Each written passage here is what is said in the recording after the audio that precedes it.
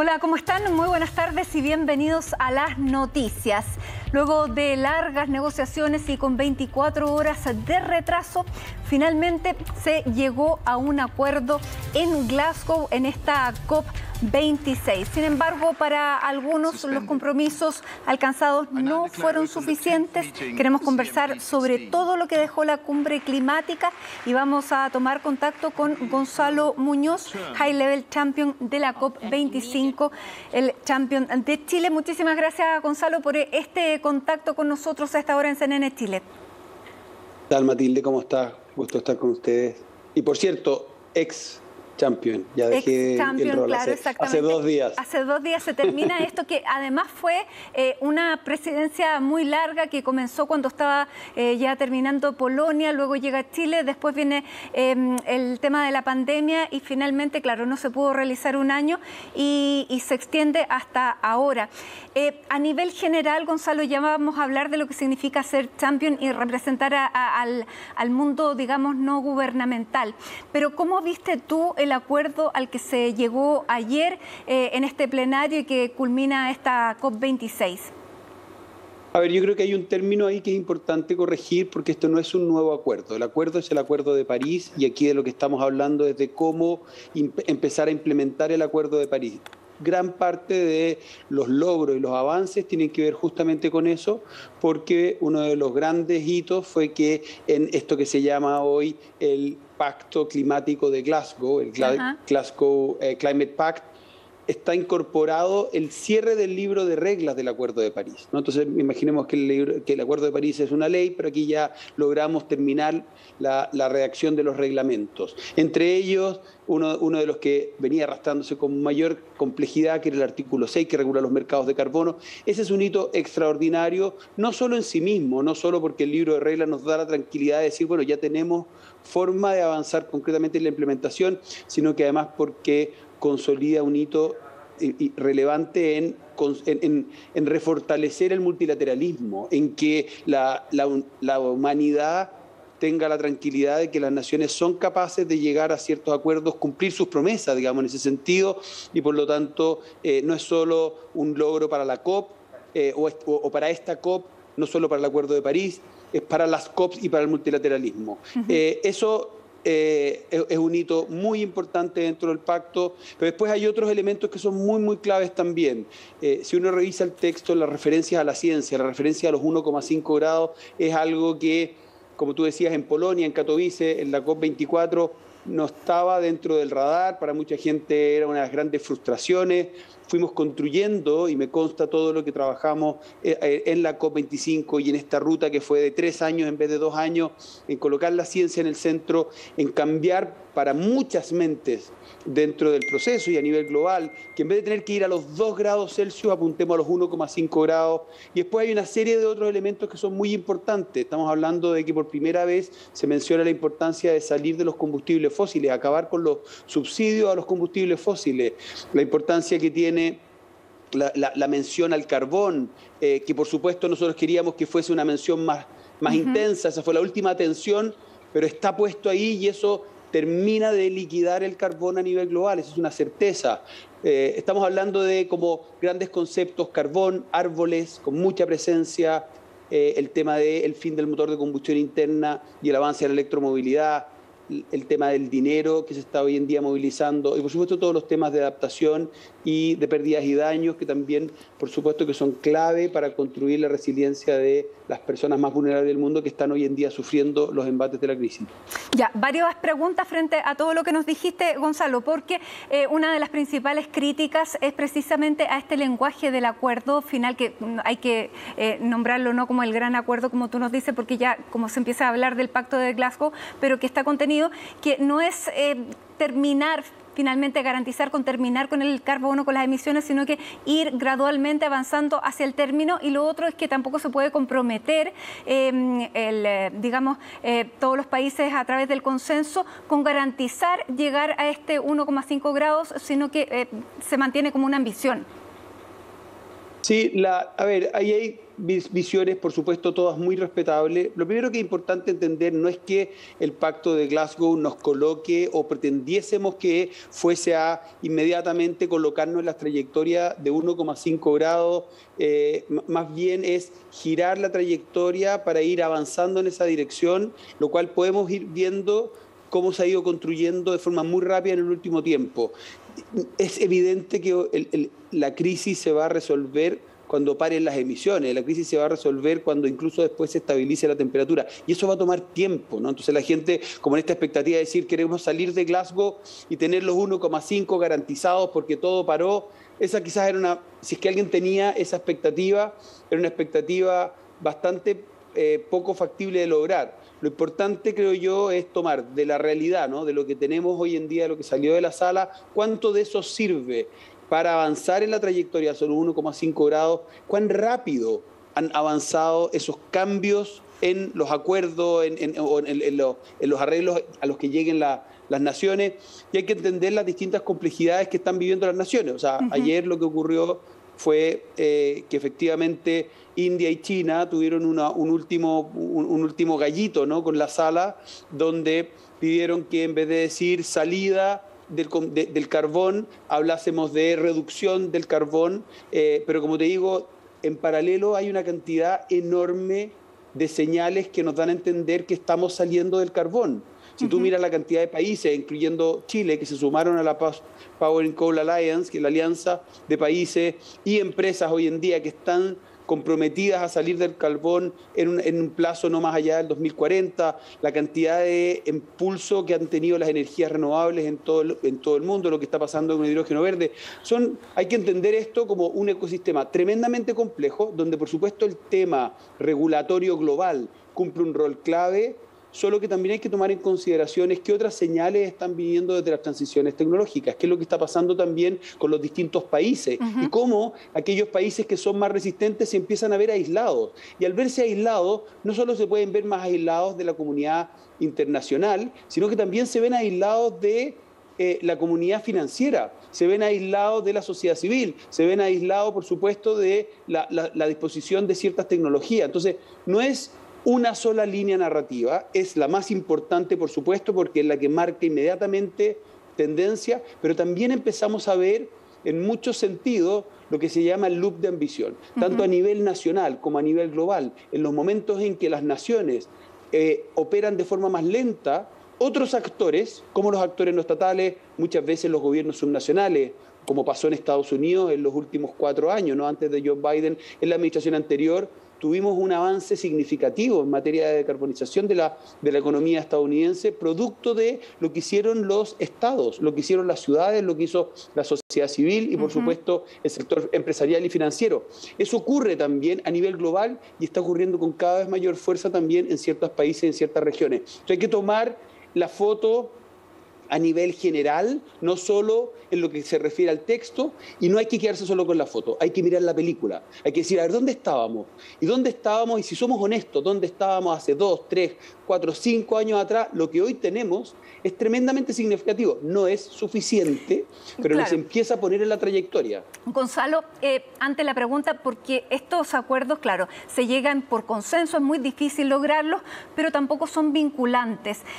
Desde esa perspectiva también hay una crítica y se escucha una mirada complaciente tal vez desde algunos que dicen ustedes están valorando un acuerdo imperfecto y Greta está hablando de este bla bla bla que de acuerdo a lo que ella plantea hoy mismo esto es la extensión del bla bla.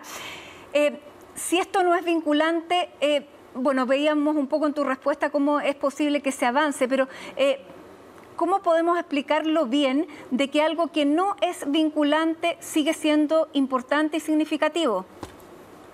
O sea, primero hay que entender que a nivel global, claro, no puede ser vinculante porque efectivamente no tenemos una forma de exigirle qué a las naciones a nivel global. Ahora, hay muchas naciones en las cuales esto ya se ha ido convirtiendo en legislación, se empieza a regular a nivel nacional y por supuesto las naciones toman en consideración lo que firman conforme efectivamente la capacidad que van a tener de ejecutarlo y hacerlo ejecutable en sus naciones. Entonces después hay que entender lo que es lo que pasa a nivel de cada uno de los países. países, empecemos a ver qué es lo que está pasando también en materia regulatoria en distintas naciones. Y hay cosas que están ocurriendo muchas veces fuera del radar de lo que son, digamos, las meras negociaciones en el contexto de la COP. Mira casos como, por supuesto, lo que pasa en Estados Unidos, lo que está pasando en Europa, o lo que está pasando en nuestro país, donde hoy en día ya tenemos una estrategia a largo plazo y estamos en el contexto de una ley climática que, por supuesto, va a obligar a cada uno de los sectores de la economía a avanzar en ese sentido. Entonces, sí empieza a ser vinculante, pero además todo esto empieza cada vez más a litigarse. Y en estos últimos 12, 18 meses hemos tenido litigios globales tremendamente significativos que empiezan a ser a ratos mucho más fuerte que el compromiso que asuman las naciones a nivel global. Incluso en China, China activó, después del Acuerdo de París, un trabajo con abogados expertos en medio ambiente y entrenó a más de 1.500 abogados y fiscales en China para que empezaran a hacer litigios. Y ya ha habido más de 80.000 litigios en China, muchos de los cuales son contra el gobierno, para que la nación vaya avanzando en justamente a entender cómo implementar esto. Entonces, una cosa es quedarse con la película de cuán significativo es el pacto, que es significativo, es menos de lo que querríamos probablemente todos, pero ahí tú dijiste una cosa que es muy importante, y es que esto se llega por consenso. Entonces, hay una versión de esto que es interesante. Es razonable que aquí nadie tenga todo y todos tengan algo, porque si no, no se llega a consenso, ¿no? Entonces, puede ser una vara baja, pero lo importante es que la vara subió y que están pasando muchas otras cosas alrededor que están moviendo la aguja. Y por lo tanto empieza a pasar de repente que en ciertos temas las naciones van un poco más lento de lo que está ocurriendo a nivel de la economía real. Gonzalo, decíamos que Chile tuvo tal vez la presidencia más larga por todas estas contingencias que ocurrieron. ¿Cuál fue el aporte de Chile que entrega la presidencia en esta COP26, se la entrega a Reino Unido, cuando estamos viendo un final que no fue el mismo final feliz que tuvo la COP25 de Chile que se realizó en Madrid? ¿Cuál fue el real aporte que hizo Chile? Chile tuvo un aporte clave en sostener el multilateralismo. O sea, tú describiste algunos de los hitos de lo que fue esta trayectoria. Recordemos lo primero. Chile toma la posta. La COP, para la gente que nos está escuchando, rota en 5 macroregiones del mundo. Y nosotros pertenecemos a una región que se llama América Latina y el Caribe. Y por lo tanto le tocaba a América Latina y el Caribe ser la que recibiera la COP25, y el país que se había propuesto con mucha anticipación era Brasil. Y Brasil cambia de líder nacional y el actual presidente decide que no tiene ningún interés en hacer esto, pero lo dice además en último minuto. Entonces, si esto es una aposta de atletismo, en este caso venía Polonia corriendo, se lo iba a pasar a Brasil y Brasil al último minuto saca la mano y el bastón se cae. Y Chile decía, ok, nosotros lo vamos a hacer, primer gesto relevante en mantener la carrera funcionando.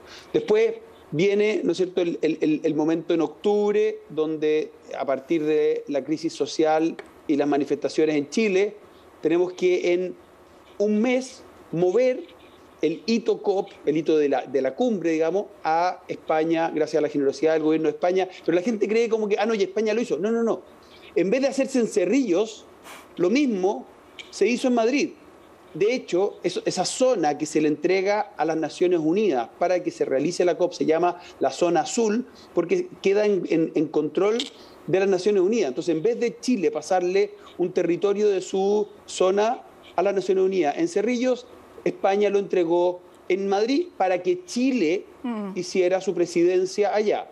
Después empieza la presidencia, tenemos el evento COP o la cumbre COP, y empieza la presidencia de Chile y viene el COVID. Y hay que mantener la presidencia un año más. Por primera vez en la historia ocurre una presidencia de 3 años. Esos hitos de resiliencia, es decir, vamos a mantener esto para efectos, de nuevo, de la capacidad de las naciones a nivel global, de mantener su coordinación, es clave.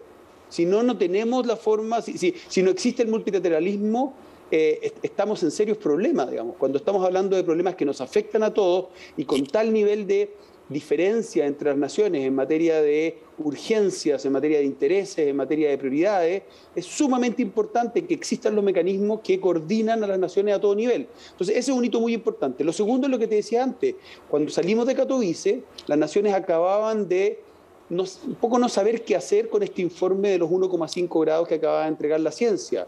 Y fue Chile el que empezó a colocar los 1,5 grados en el centro de los documentos. A mí me tocó hacer todo el trabajo con los actores no estatales para que hoy nadie tenga ninguna duda. Hoy en día tú entrabas a la sala durante estas semanas y estaban todos con la chapita que decía 1,5 grados. Eso el año 2019 era imposible de imaginar. No había quien se ocurriera a decir, no, vamos a estar todos hablando de los 1,5 grados, incluyendo los países productores de petróleo.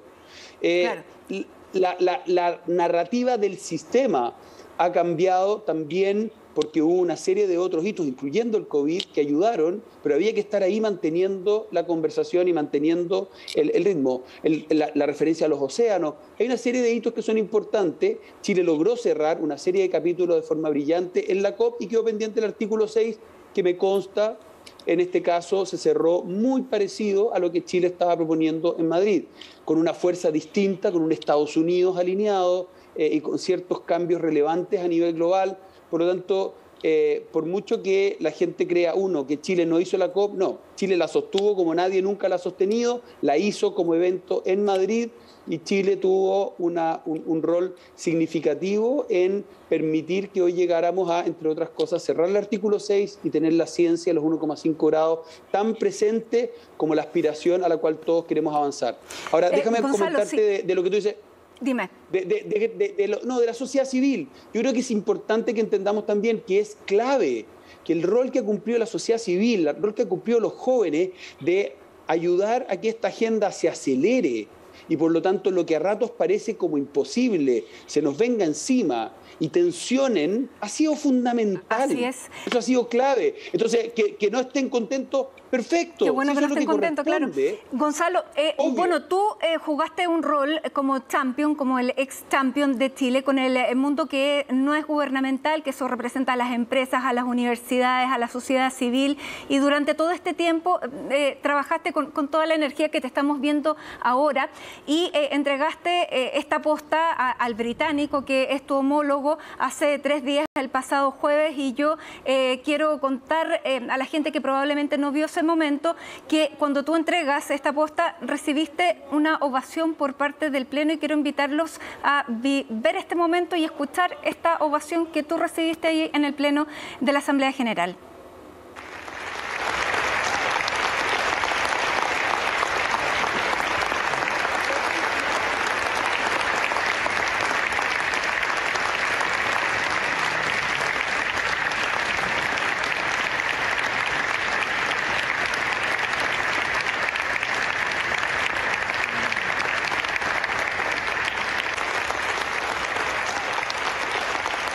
Bueno, ¿cómo se vive ese momento que te vemos ahí en las imágenes, muy emocionado? Me imagino cómo lo sentiste, pero qué significa y cuál es el empuje que se da con esto a lo que viene, Gonzalo. A ver, muchas gracias, Matilde. La verdad es que todavía lo vivo en mi cabeza, lo veo y me impresiona, porque evidentemente no es algo que uno pueda imaginarse que va a llegar a ocurrir. Lo importante es entender que más allá de que haya sido un homenaje como pareciendo enfocado en mí, es en el trabajo de miles de personas que hemos estado, muchos de ellos de manera imposible. A mí me toca este rol, y a Nigel, y nos toca este rol de estar presente y muy expuesto, y pareciera como que somos nosotros solos.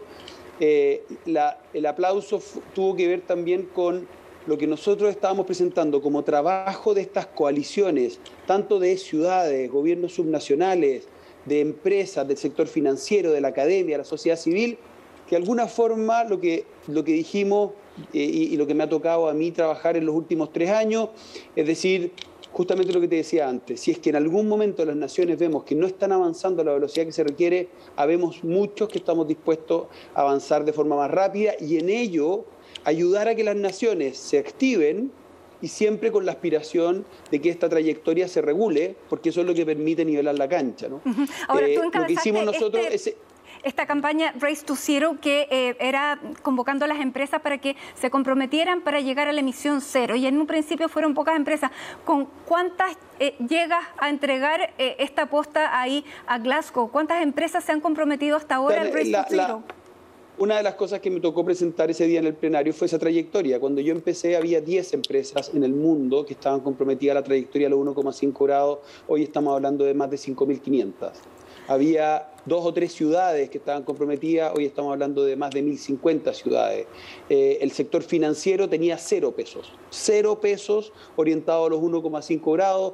En muy poco tiempo hemos logrado hoy que más de la mitad de la plata del mundo tenga el compromiso de que esa plata, que hoy en muchos casos está puesta en cualquier cosa, a más tardar el 2050, y va a estar puesta en esta trayectoria, pero toda esa plata va a haber funcionado para reducir sus emisiones en lo que está puesta antes del 2030. O sea, hay un cambio gigante y mucho de eso ha ocurrido con las campañas que lanzamos, Race to Zero, Race to Resilience, también es sumamente importante, es cómo ayudamos a construir la resiliencia climática de más de 4 billones de personas en este mundo de aquí al 2030.